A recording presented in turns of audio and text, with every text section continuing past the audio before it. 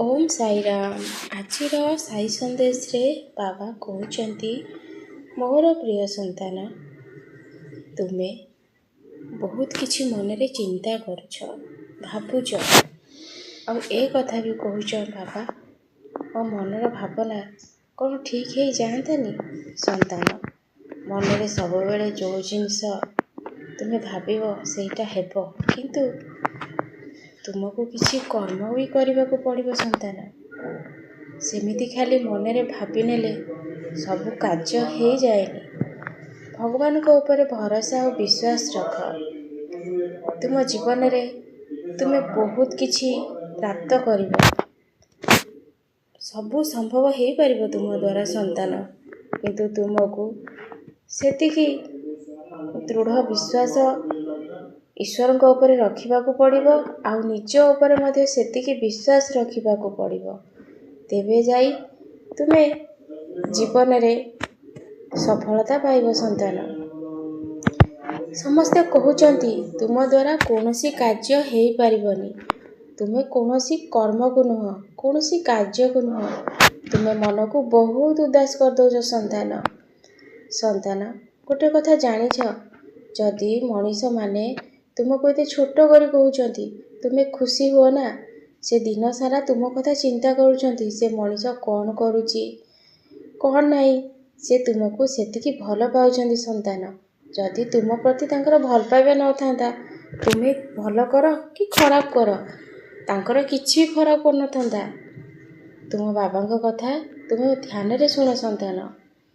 ତୁମେ ଅନ୍ୟ କଥା ଶୁଣିକି ନିଜକୁ କଷ୍ଟ ଦିଅନି। ଲୋକମାନେ ବହୁତ କିଛି କଥା କହିବେ।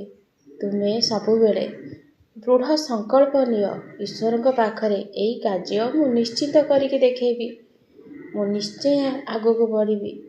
ମୁଁ ସମସ୍ତଙ୍କୁ ସାହାଯ୍ୟ କରିବି। ଦୁଃଖୀ ଲୋକଙ୍କ ମନରେ ହସ ଭରିଦେବି। ଜୀବଜନ୍ତୁଙ୍କୁ କିଛି ଖାଇବାକୁ ଦେବି। ଦେଖିବ, ଜୀବନ ତୁମର ଧୀରେ ଧୀରେ ବହୁତ ସରଳ ଆଉ ସୁନ୍ଦର ହେଇଯିବ ସନ୍ତାନ। ମନଟା ସବୁବେଳେ ବୋଝ ପରି ଲାଗୁଛି, କିଛି ଭଲ ଲାଗୁନି। ସବୁବେଳେ ମନକୁ ଉଦାସ ରଖୁଛ। ଥରେ ସାଇରାମ ସାଇରାମ ଜପ କରିକି ଦେଖ ସନ୍ତାନ, ନିରନ୍ତର। ତାପରେ ତୁମେ ନିଜେ ଅନୁଭବ କରିପାରିବ, ଯେଉଁମାନଙ୍କ ପାଖରେ ବହୁତ ଟଙ୍କା ଅଛି, ତାଙ୍କୁ ଯେତିକି ସୁଖ ମିଳିନି, ତୁମେ ଈଶ୍ୱରଙ୍କ ନାମ ସ୍ମରଣ କରିବା ମାତ୍ରକେ ସେ ସୁଖ ସବୁ ତୁମ ପାଖକୁ ଆସିଯାଉଛି। ସେଥିଲାଗି